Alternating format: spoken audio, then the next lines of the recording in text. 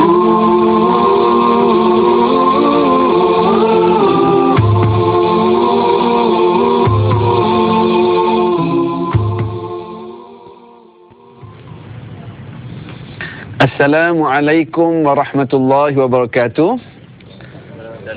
Alhamdulillah wassalatu wassalamu ala Rasulillah wa ala alihi wa ashabihi wa man walah. Alhamdulillah kita bertemu lagi pada pagi ini dalam majlis ilmu, dalam taman-taman syurga yang dijanjikan oleh Rasulullah sallallahu alaihi wasallam dalam program Tanyalah Ustaz. Terima kasih kepada para penonton di rumah yang setiap hari bersama memilih majlis ilmu ini. Moga-moga rumah masing-masing diberkati oleh Allah Subhanahu wa taala dan turun rahmatnya. Alhamdulillah pagi ini bersama-sama saya warga IPD Sepang dari Sepang yang bersama-sama kita nak berkongsi pada pagi ini, dan kita akan bincang tajuk berkenaan dengan kawan atau sahabat. InsyaAllah kita akan bincang. Cuma sebagai permulaannya saya akan baca beberapa ayat Al-Quran dari surah Al-Furqan. Kita baca bermula ayat 27 sehingga ayat 29. Para penonton di rumah, kalau ada yang ada Quran, boleh buka surah Al-Furqan ayat 27. A'udzubillahi minasyaitonir rajim. Wa yawma ya'addu adh-dhalimu 'ala yadayhi yaqulu ya laitani ittakhadhtu ma'ar rasuli sabila. Ya waylata laitani lam attakhidh fulanan khalila. لقد أضلني عن الذكر بعد إذ جاءني وكان الشيطان للإنسان خذولا. Ayat ni cerita tentang dua orang yang berkawan, tapi cerita tentang dialog salah seorang daripada dua orang ni di hari akhirat nanti. Maksud ayat tadi, dan ingatlah perihal hari orang-orang yang zalim menggigit kedua-dua tangannya. Ini bukan dia makan tangan, tapi orang gigit jari nyesal. Sambil berkata, alangkah baiknya kalau aku di dunia dahulu mengambil jalan yang benar bersama Rasul. Ayat 28, wahai celakanya aku. Alangkah baiknya kalau aku tidak mengambil si Anu itu sebagai sahabat karib. Ayat menyesal. Alangkah baik kalau aku tak ambil dia sebagai kawan. Ayat 29, sesungguhnya dia telah menyesatkan daku dari jalan peringatan Al-Quran setelah ia disampaikan kepadaku, dan adalah syaitan itu sentiasa mengecewakan manusia yang menjadikan dia sahabat karibnya. Sadaqallahul azim. Ayat-ayat yang kita baca dari surah Furqan ini ialah ayat penyesalan seorang manusia di hari akhirat. Dia menyesal sebab silap pilih kawan. Menurut Ibn Abbas, ayat ini al-zalim, yang zalim ini ialah seorang yang bernama Uqbah bin Abi Mu'ayyid. Kawan dia Umayyah bin Khalaf. Di zaman Nabi dulu ada seorang yang nama Uqbah bin Abi Mu'ayyid ni. Dia selalu dengar. Dia dengar Nabi berkuliah, berceramah lah kalau bahasa kita hari ni. Nabi menyampaikan Islam. Jadi Uqbah ni selalu pergi dengar. Dia dengar. Akhirnya dia rasa Islam ni betul. Lalu dia memeluk Islam. Setelah dia memeluk Islam, kawan-kawan lama dia, kawan-kawan nama dia Umayyah bin Khalaf, geng-geng Abu Jahal lah ni, Abu Jahal and the gang, pergi pujuk Uqbah ni. Kau ikut Muhammad sekarang. Kau jadi pengikut Muhammad. Kenapa kau ikut Muhammad? Kau tinggal ke yang kita duk pegang selama ni, ajaran untuk nenek? Tinggalkan Muhammad. Kawan ni pujuk. Akhirnya Uqbah kata, okeylah, aku tak jadilah ikut Muhammad. Tinggalkan balik Muhammad. Dia U-turn balik. Ikut balik kawan lama yang lara, yang jahat tu. Dia tinggal balik Islam. Inilah ayat yang Allah Ta'ala sebut di hari akhirat nanti. Dia ni akan menyesal. Dia gigit jari. Oh, celaka sungguh aku hari ni. Dulu kalau aku ikut jalan Rasul masa aku hidup dulu, okey, selamat. Tapi dulu aku telah mengambil dia ni sebagai kawan. Dia kata apa? Lam attakhidh fulanan khalila. celaka kalau aku tak ambil dia sebagai kawan kat dunia dulu, kan selamat aku hari ni. Laqad adallani 'ani dzikri, dia telah menyebab aku jauh daripada Al-Quran, dia telah menyebabkan aku jadi lara jauh daripada Allah dan Rasul, hari ni menyesal. Tu cerita di hari akhirat. Harap penonton di rumah, dialog ni akan berlaku. Kita baca ayat ni supaya kita tak menjadi orang yang ucap ayat ni. Dan Ustaz, ayat ni kan tuju pada Uqbah tadi Ustaz kata. Apa kaitan kita hari ni? Ayat Quran ini pengajaran dia umum. Walaupun sebab turun dia al-ibrah bi'umumil lafzi la bi khususis sabab. Walaupun cerita ni berlaku pada Uqbah, tapi pengajaran pun untuk kita hari ni. Supaya kita tidak menyesal di hari akhirat. Sebab dalam berkawan, tajuk kita kawan ataupun sahabat. Ada orang kata nak cari kawan, kawan ramai, tapi sahabat itu yang susah nak cari itu. Dan kelebihan orang yang berkawan, bersahabat, kalaulah dia letak atas dasar kerana Allah Subhanahu Wa Taala, itu yang hebat. Ada orang berkawan sebab kawan dia suka belanja makan. Ada orang dia baik sangat sebab kawan dia suka tolong cover tugas. Shift dia pun kawan cover. Kan? Ada orang kawan ni sporting, kasihan memang tak bocor. Jadi dia suka berkawan dengan kawan macam tu. Tapi Islam mengajar kita nak berkawan atas dasar agama, atas dasar kasih sayang kerana Allah Subhanahu Wa Taala. Sebab sebenarnya kita berkawan kerana Allah itu pun termasuk salah satu ibadat. Jadi ibadat. Berkawan tu jadi ibadat. Macam mana nak jadi berkawan tu jadi ibadat? Kita kena niat kerana Allah. Kita sayang pada kawan tu sebab kawan itu taat pada Allah. Lalu kita pun sayang pada dia. Satu. Dan persahabatan kita ni menjadikan kita jadi semakin dekat dengan Allah Subhanahu Wa Taala. Ganjaran yang hebat di hari akhirat nanti orang yang berkawan kerana Allah. Rasulullah sallallahu alaihi wasallam sebut ada 7 golongan. Di hari akhirat nanti dia dapat jadi VIP, dapat teduhan di hari akhirat. Salah satu daripada 7 golongan ini warajulani tahabba fillah istama'a alaihi wa tafarraqa alaihi. 2 orang yang berkasih sayang kerana Allah. Dia jumpa kerana Allah, dia berpisah pun kerana Allah. Ini mendapat naungan Allah di hari akhirat. InsyaAllah, saya rasa itu sebagai intro awal lah saya untuk pagi ni. Sebab kita program Tanyalah Ustaz, bukan Ustaz ceramah.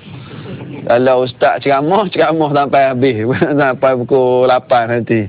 Tapi kita Tanyalah Ustaz. Jadi saya buka dulu. Kalau ada yang nak bertanya, silakan. Assalamualaikum Ustaz. Waalaikumsalam. Saya Sarjan Ahmad bin Muhammad Sagab dari IPD Ibu Pejabat Polis Daerah Sepang. Ingin bertanya satu soalan. Soalan saya ialah bagaimanakah cara memilih seorang sahabat? Kerana sahabat-sahabat kita ni banyak, kita tak dapat nak nilai dia punya perangai. Itu soalan saya, Ustaz. Cara memilih sahabat ni soalan baguslah di awal ni. Macam mana nak pilih sahabat? Adakah cara macam kita pilih buah durian kat pasar tu? Ataupun adakah kita main undi-undi gitu je? Maka Islam meletak kaedahnya. Sahabat yang baik, antara ciri sahabat yang baik, bila kita duduk dekat dengan dia, kita jadi dekat dengan Allah. Bila kita bercakap dengan dia, kita lagi ingat akhirat. Bila kita duduk dengan dia, kita jadi semangat nak taat pada Allah. Ramai sahabat macam tu. Setakat ni. Susah nak jumpa. Payah nak cari. Itulah hebatnya. Kan? Sebab tu, alhamdulillah perbincangan kita pagi ni, carilah yang macam tu. Sebab tu kita kawan ramai. Kan? Kawan, tapi saya yakin kat IPD Sepang ni ramai macam tu, insyaAllah. Ramai macam tu. Tengok muka dia tu, teringat syurga neraka tu. Jadi ada ramai macam tu. Ramai tak ada lah. kita ada sahabat macam tu. Mungkin tak ramai tapi ada. Cakap telefon dengan dia tu, ingat Allah tak semayang lagi hari ni. Cakap dengan dia. Sebab kalau bercakap dengan dia, dia tanya dulu, dah semayang ke belum?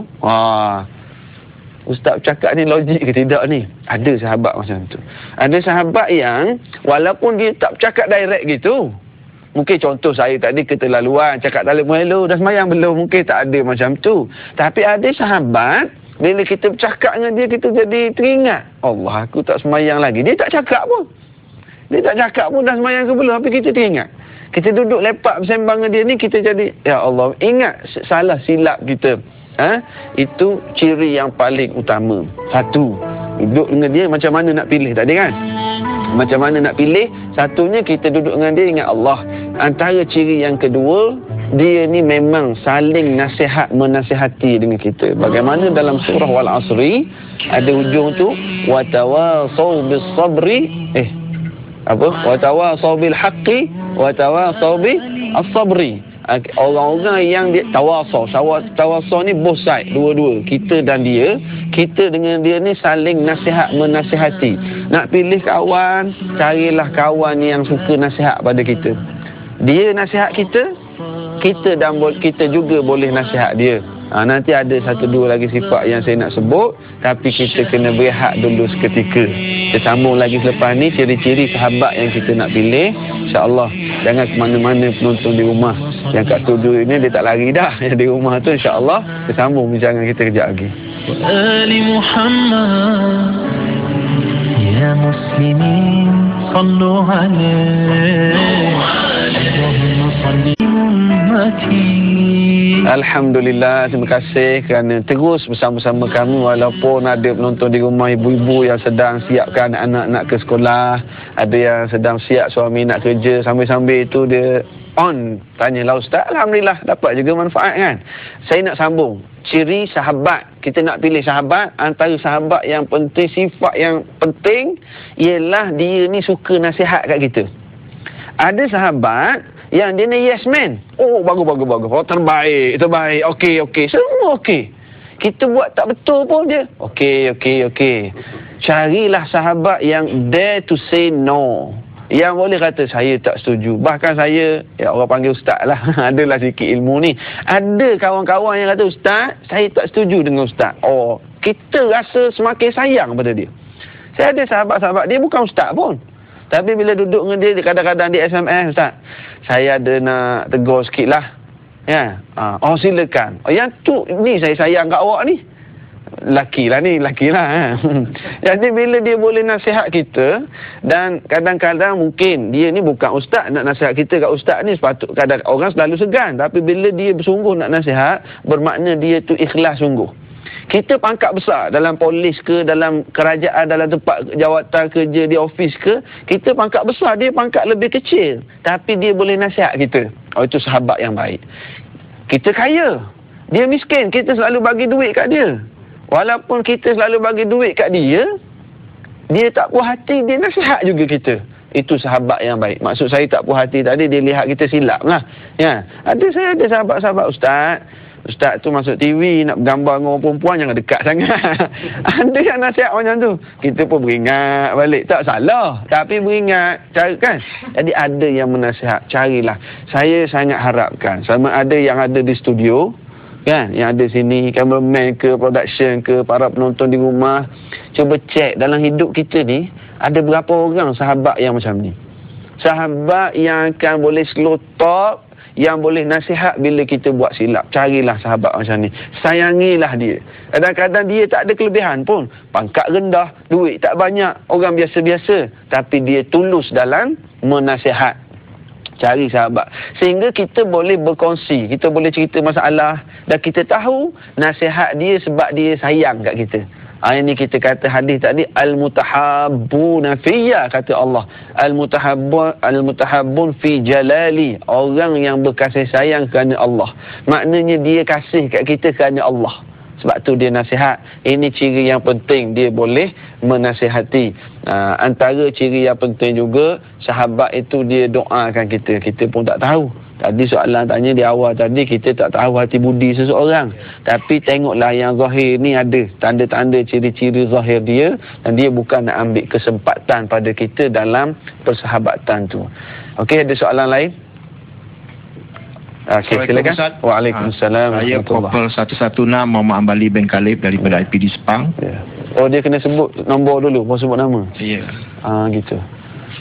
Okay. Kawan saya ada seorang kawan yang baik hati, suka menolong orang, perangainya pun baik.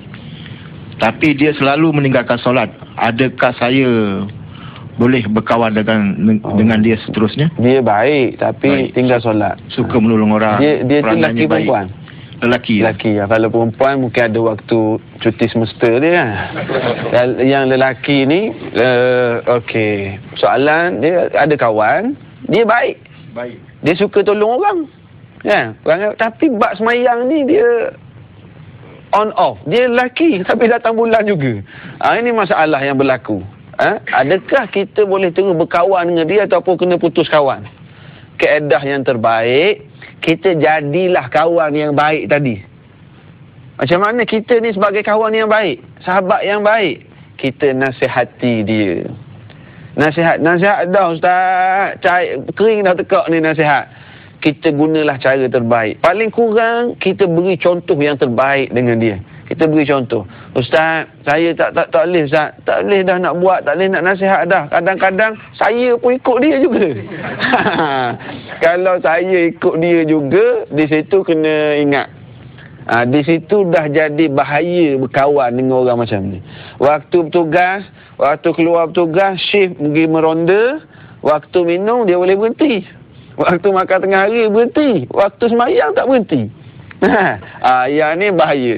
Berat nanang, cari nyakit kita kalau kita terus. Sebab dibimbangi kita dah terpengaruh. Sebab tu Nabi Muhammad sallallahu alaihi wasallam menyebut dalam satu hadis, innama mathalul jalisi salih wa jalisi su' kahamilil miski wa nafikhil kir. Nabi buat perumpamaan, kita berkawan dengan kawan yang baik dan berkawan dengan kawan yang tak baik seperti berkawan dengan orang yang jual minyak wangi. Kawan-kawan baik ni kawan dengan orang jual minyak wangi. Berkawan dengan kawan yang jahat seperti berkawan dengan tukang besi. Nabi terang, berkawan dengan tukang jual minyak wangi, kita berkawan tiap-tiap hari jumpa, asyik try minyak wangi. Dapat tak bau wangi? Dapat. Bagus punya kawan, tak beli pun try. Tiap-tiap hari try, hari ni try. Dapat tak wangi? Dapat. Tak dapat minyak wangi pun dapat wangi. Walaupun dia tak beli-beli. Berkawan dengan kawan yang baik. Kita tak boleh nak jadi warak don wabarko macam dia pun. Kita adalah tempias perangai-perangai baik dia tu. Kalau kita berkawan dengan orang yang rajin semayang, kita yang malas ni jadi malu. Berkawan dengan kawan yang tak baik seumpama berkawan dengan tukang besi. Kita tak, tukang besi ni kita pergi kat dia, kena percikan bunga api tu berlubang baju kita. Kalau tak kena dah percikan bunga api, tapi terkena juga bauan asap, kena juga bau-bau yang tak elok. Jadi persoalan tadi bagus. Step pertama kita cuba nasihat dia, jomlah semayang, kau tu dah bapa orang, ada anak isteri dah, nak bekerja cari rezeki yang tak berkat, kita kerja tak semayang. Dan bersama dengan sahabat-sahabat IPD ni, saya nak ambil kesempatan nak sebut, masyarakat, orang awam sangat-sangat respect apabila melihat ada anggota polis pakaian seragam pergi singgah semayang sekali. Itu kat masjid kan? Kat masjid ke RNR ke, bila dia tengok ada polis yang pakai kereta pergi semayang sekali. Zuhur ke, Allah kalau jadi imam lagi lah. Tapi pistol jaga elok-elok lah. Nanti dia ambil. Masyarakat akan betul, kita jadi rasa respect sangat. Tuhan, Assalamualaikum kan. Masyarakat sangat respect. Tengok ada anggota pak kereta pergi semayang sekali. Ya Allah. Dengan pakaian seragam tu lah. Tapi jangan pula lepas ni pergi semayang, orang respect aku. Jangan pula niat macam tu. Tapi sebenarnya kita sedang menaikkan nama institusi jabatan kita, orang respect kat kita, orang respect kat jabatan. Bagus, niat betul lah, insyaAllah. Okey, jadi bab semayang tu dia bukan saja kawan dengan kawan yang tinggal semayang tadi, yang lain-lain jugalah. Kawan yang jenis lara dan sebagainya, kita cuba nasihat. Kalau tak mampu, kita cuba contoh yang terbaik. Kalau kita dah jadi ikut dia, kena cari kawan lain lah masa tu. Kita tak kuat antibody. Okey, soalan seterusnya kalau ada lagi, silakan. Assalamualaikum Ustaz. Waalaikumsalam. Saya Anila daripada IPD Sepang. Nak tanya Ustaz berkaitan satu permasalahan. Saya ada seorang kawan, dia terasa tak abai kerana suaminya sering mengutamakan kawan-kawan daripada keluarga. Allah. Apa pandangan Ustaz berkaitan masalah ini? Ya, ni kehebatan orang lelaki ni. Ya, betul tu. Kepada para suami lah, saya pun ingatkan diri saya juga. Ingatkan diri saya, pada para suami dan bakal suami. Ni yang ada hari ni semua kahwin dah. Ada tak kahwin lagi? Ada ada yang kahwin dah, nak lagi tak?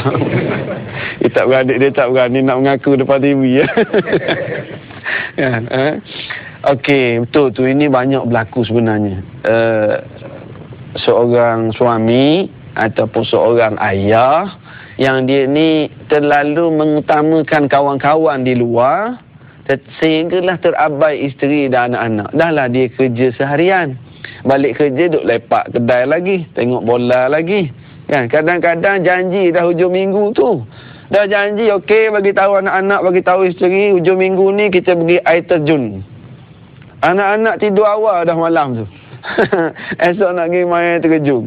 Tiba-tiba bangun pagi esok, ayah kata terpaksa cancel lah, kawan ajak pergi main golf. Ya Allah, isteri masa tu tak tahulah muka.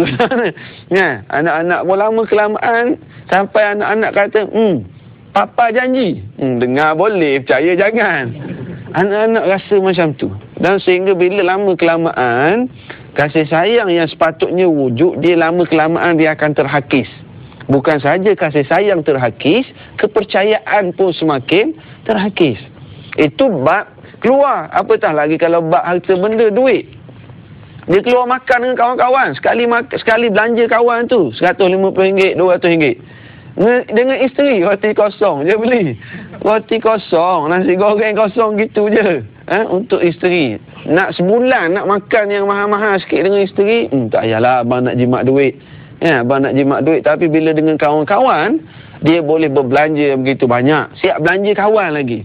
Kerana itu, tak salah kita berkawan. Biasalah, memang seronok berkawan. Kawan ni kita nak release apa kan. Tetapi, biarlah kita ni pandai menguruskan masa, menguruskan keuangan.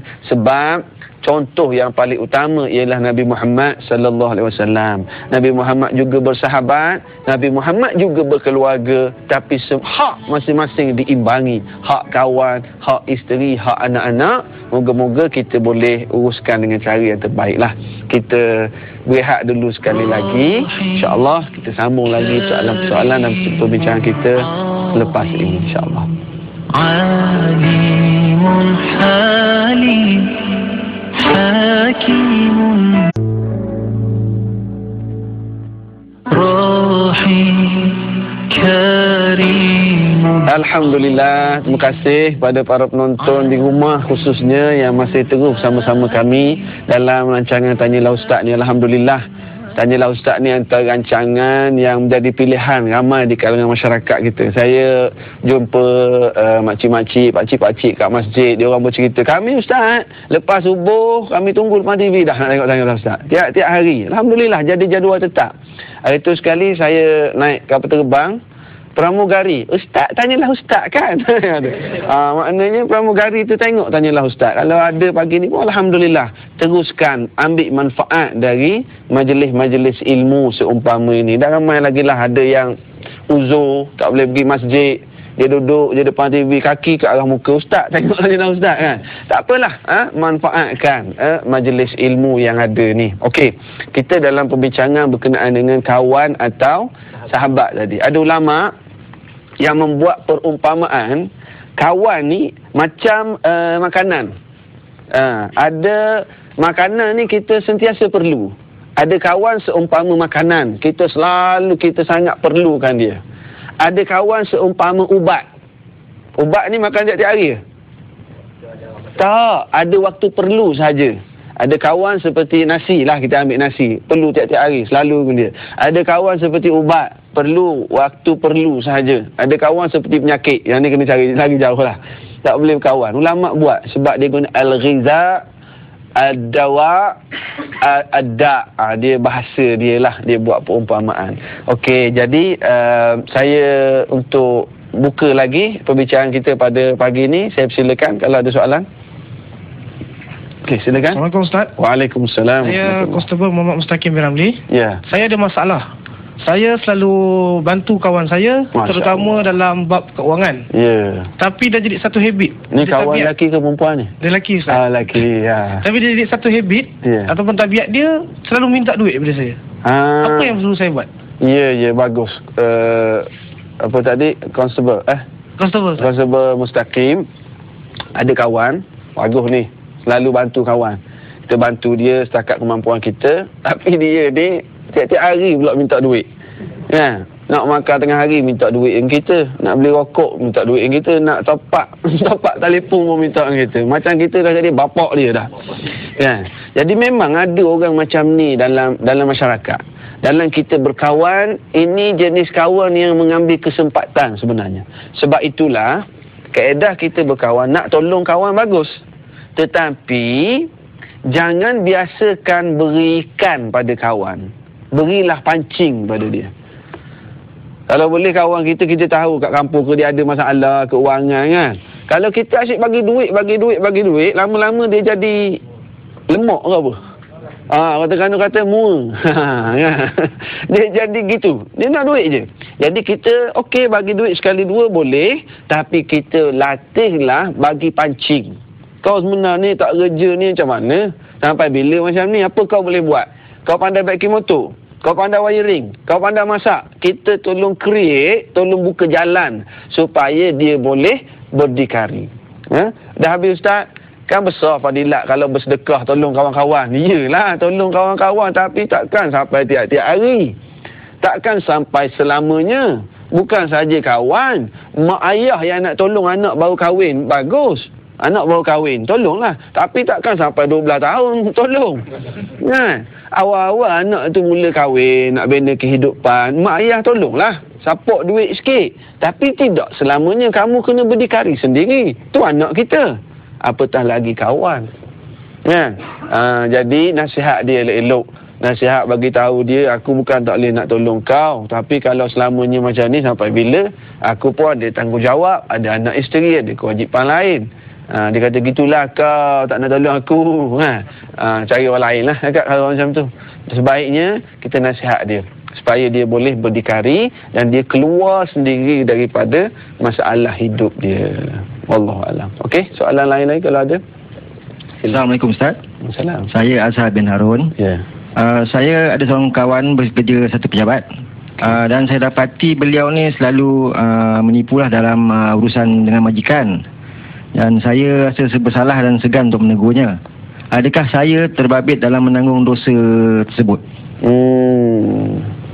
Kawan yang selalu dia kata tak jujur dalam urusan kerja, klaim OT tipu, kadang-kadang klaim mileage, klaim minyak, mana-mana perkara ni berlaku sebenarnya.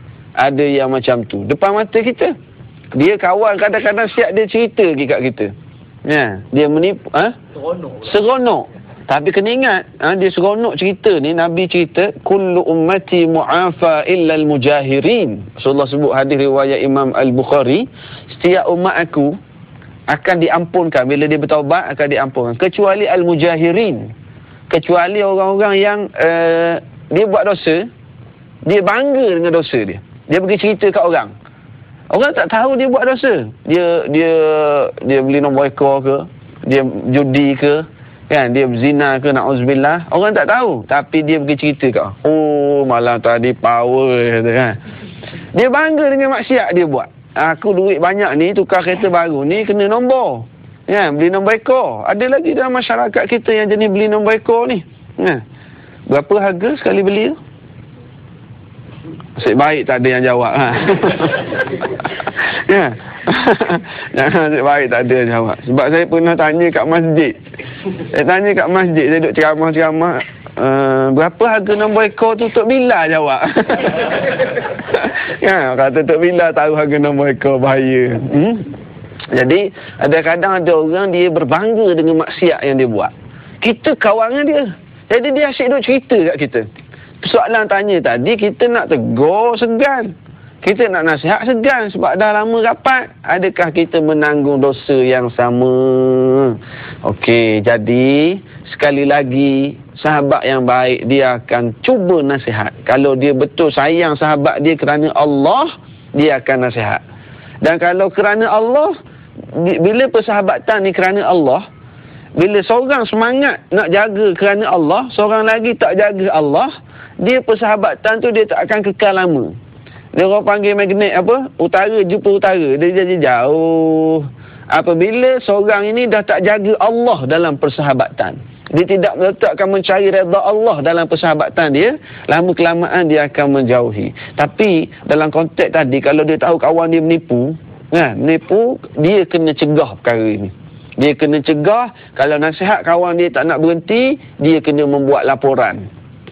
Buat laporan kepada pihak-pihak tertentu. Mana-manalah, mana-mana organisasi, mana-mana jabatan, mana-mana tempat.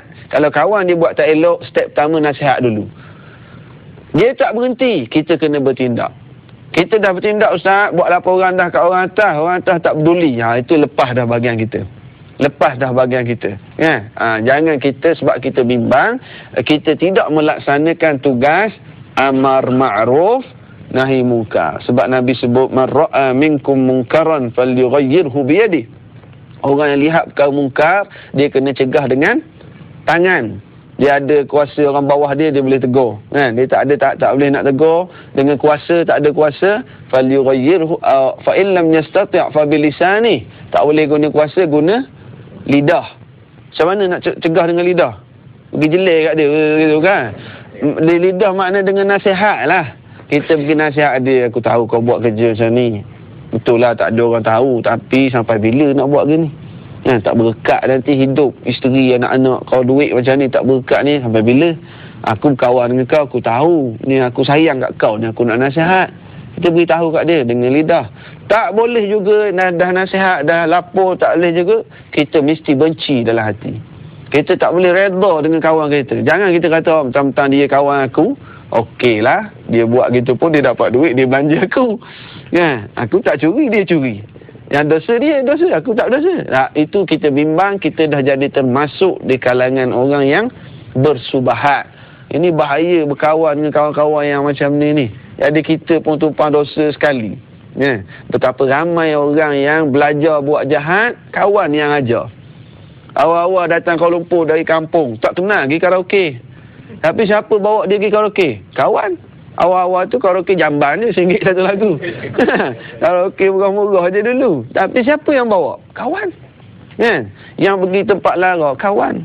Begitu juga kepada orang yang jadi baik. Para penonton, tanyalah Ustaz.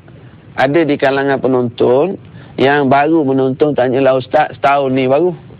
Ada yang baru menonton 2-3 bulan. Ada yang dah menonton 2 tahun. Yang baru menonton tu, kenapa? Antara sebab dia jadi penonton, tanyalah Ustaz, kerana kawan-kawan bagi tahu. Cik Rijah, tengoklah, tanyalah Ustaz, bagus. Cik Mat, tengok, bagus pagi-pagi. Kawan yang share. Kawan kata seronoklah pagi-pagi tengok, tanyalah Ustaz, banyak masalah kita boleh jadi faham. Kawan bagi tahu, jadi begitulah. Kita pun lepas ni kena tengok jugalah. Jangan hari ni je tengok. Aku masuk TV kena tengoklah, hari lain tak tengok. Jangan. Kita pun jadi minat. Sebab apa? Kita berkawan dengan kawan-kawan yang baik. Jadi dalam kes tadi, moga-moga kita boleh nasihat kawan kita yang buat perkara tak elok tu. Memang syaitan, dia akan terus bisikkan pada kita rasa segan. Syaitan bisik, nanti kau tegur kan, putus kawan. Syaitan bisik macam tu.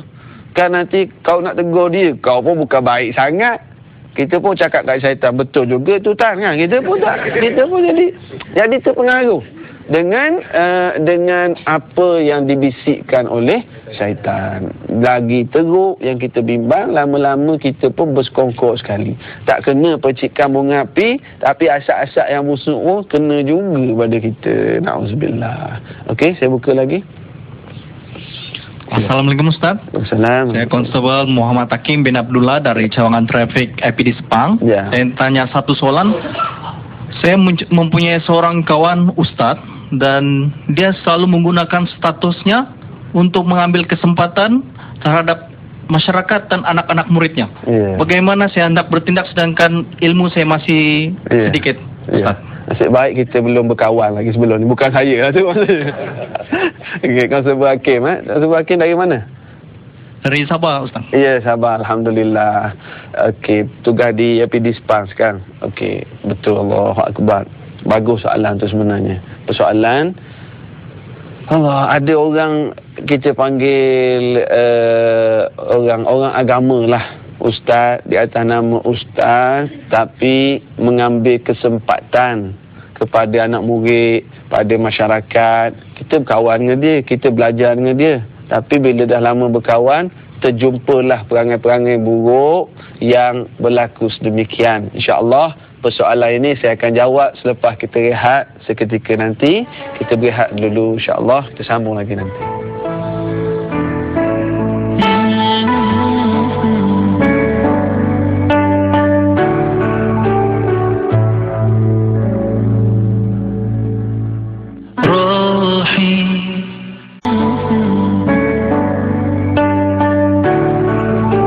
Alhamdulillah, sedar tak sedar kita berada di hujung perbincangan kita untuk hari ini dalam Tanyalah Ustaz.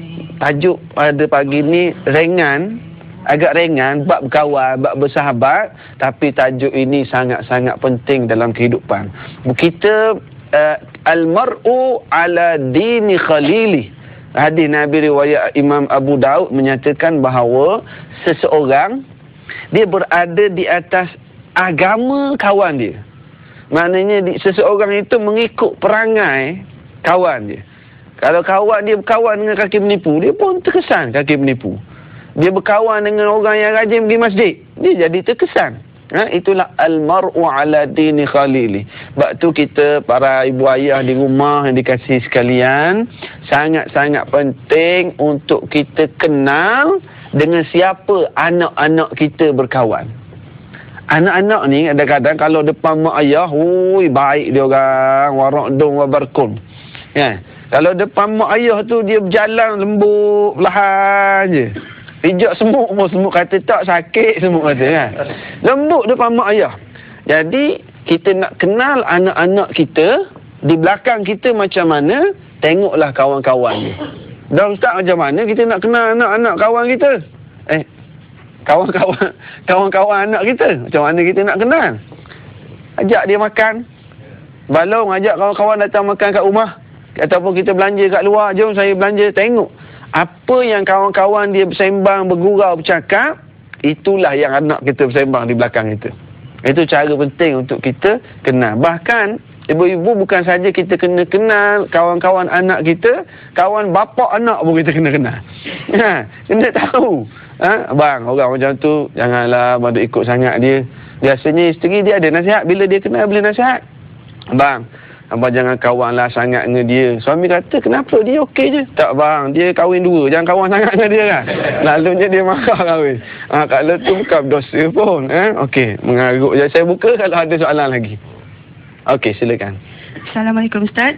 Nama saya Mazita binti Mahmud. Ini masalah sahabat saya. Anak jiran dia selalu bawa balik kawan-kawan ke rumah lah sampai tengah malam. Buat bising dan mengganggu jiran lah dan sebagainya lah. Tapi bila dia suarakan pada ibu bapa dia ni, ibu bapa dia pula membela anak ni. Minta nasihat dan pandangan Ustaz. Ya. Ini berkawan lah. Anak jiran bawa balik kawan-kawan. Bising. Bukan saja masalah bising lah. Biasanya kalau kejiranan ni kadang-kadang melibatkan parking. Kawan-kawan dia datang parking depan rumah jiran, ganggu dan sebagainya. Yang jadi masalahnya bagaimana dikongsi tadi, bila dinasihati, mak ayah bela anak lagi.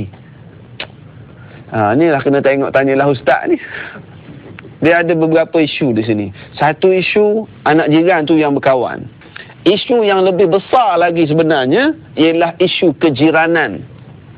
Sebab tu Nabi pernah bersumpah, wallahi la yu'min, wallahi la yu'min, wallahi la yu'min.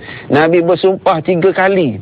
Nabi kata, demi Allah tak beriman, demi Allah tak beriman, demi Allah tak beriman. Ini bahaya. Kalau Nabi kata tak beriman tu bahaya. Dah ni Nabi bersumpah, dah lah bersumpah 3 kali. Sahabat pun tanya, man ya Rasulullah, siapa yang Rasulullah bersumpah kata tak beriman, orang macam mana? Rasulullah kata, man la ya'manu jaruhu bawa'iqahu.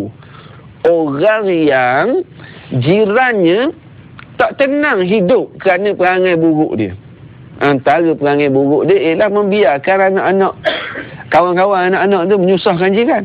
Bising. Kerana itulah kepada semua masyarakat kita pada hari ini, antara tanda iman, antara tanda keyakinan kita kepada Allah dan Rasul ialah kita menjaga hak-hak jiran. Itu dalam bab kejiranan. Dalam bab berkawan anak-anak ni, janganlah sampai tengah malam anak-anak, kawan-kawan anak-anak duduk lepak sampai pukul 12, pukul 1 pagi, sampai waktu tengah malam, sehingga mengganggu. Kadang-kadang budak-budak ni duduk lepak depan pagar. Ya, Alhamdulillah kita ada abang-abang polis kita yang pergi ronda nasihat, dan kita pun nasihat adik-adik tu nasihat dengan baik lah. Jangan duk buat bising masuklah sampai pukul 1, pukul 2 ni macam mana lepak lagi kan. Sebab mengganggu, dan mungkin akan ada idea-idea buat perbuatan-perbuatan yang tak elok waktu malam ni, kita bimbang akan terlibat sama. Jadi semua pihak kena mengambil inisiatif untuk elakkan perkara-perkara seumpama ini. Wallahualam. Okey, saya buka untuk soalan terakhir kalau ada. Silakan. Assalamualaikum Ustaz. Saya Kopral Sejaratul Aini binti Saudi.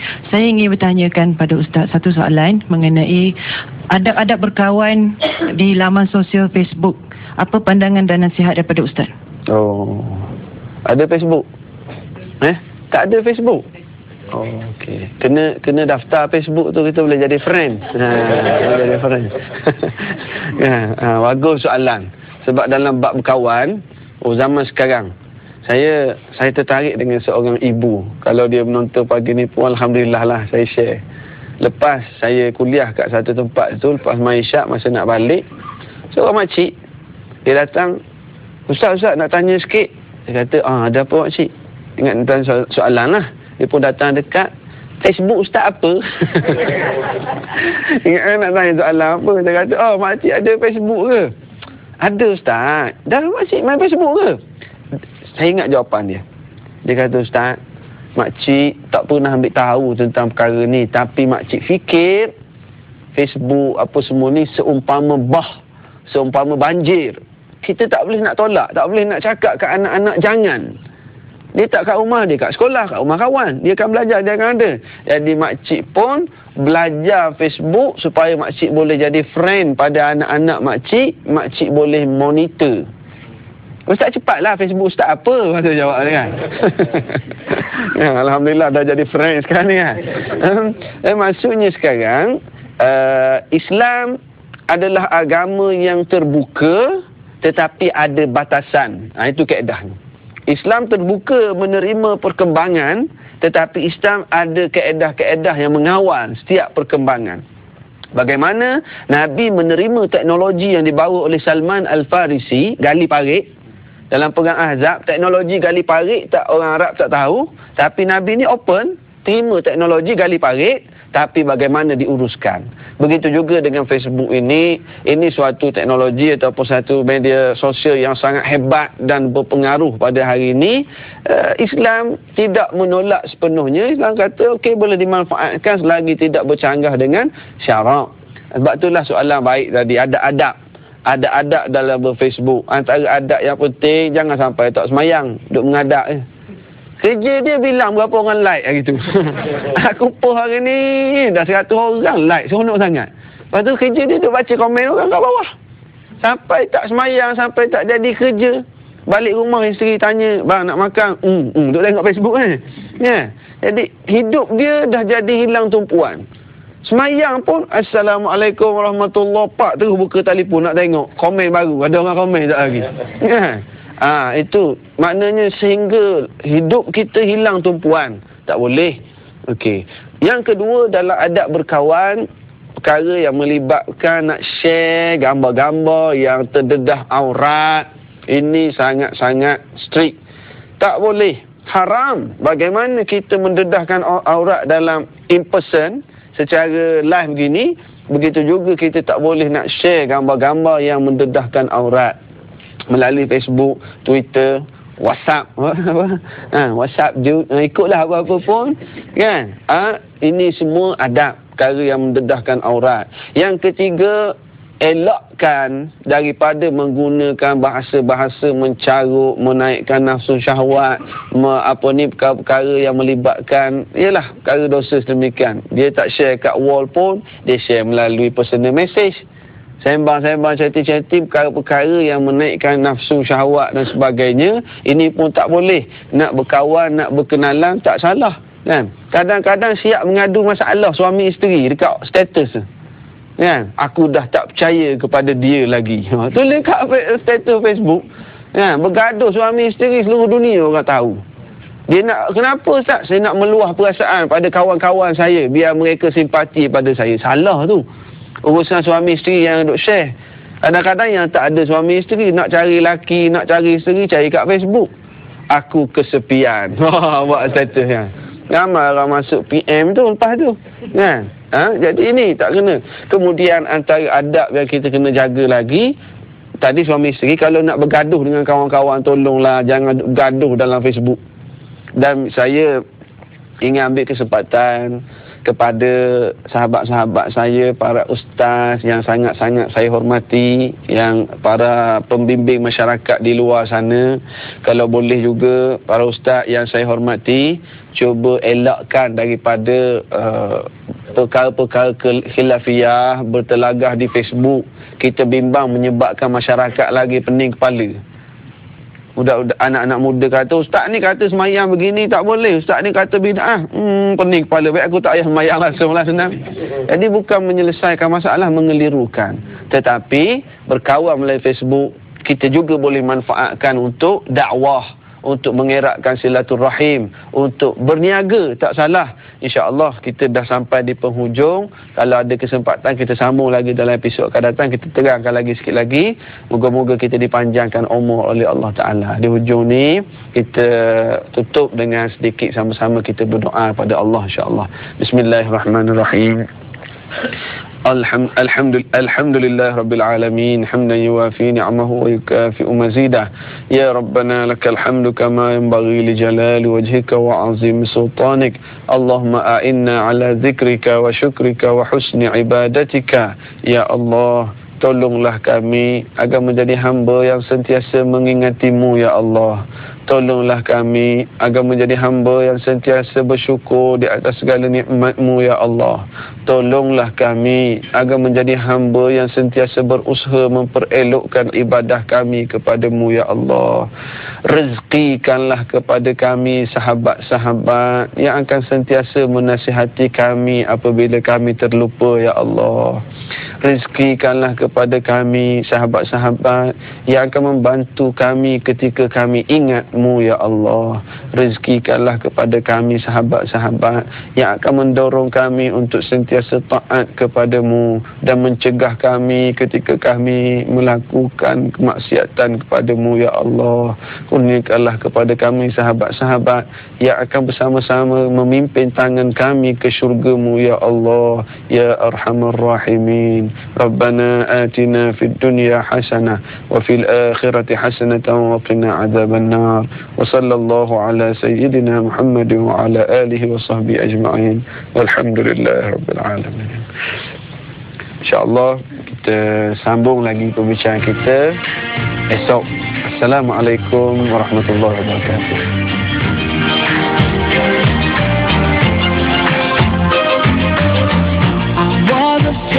Little child, crazy things I used to do, and all the pain I put you through. Mama, now I'm here for you. For all the times I made you cry, the days I told you lies. Now it's time for you to rise. For all the things you sacrificed. Oh, if I could turn back time, rewind. If I could make it undone, swear that I would make it up to you. Mama, grown up now, it's a brand new day. I'd like to put a smile on your face every day. Mama, grown up now, and it's not too late. I'd like to put a smile on your face every day. Now I've come to understand you're saying nothing mine. About a day I take some time, 'cause now I've got a child.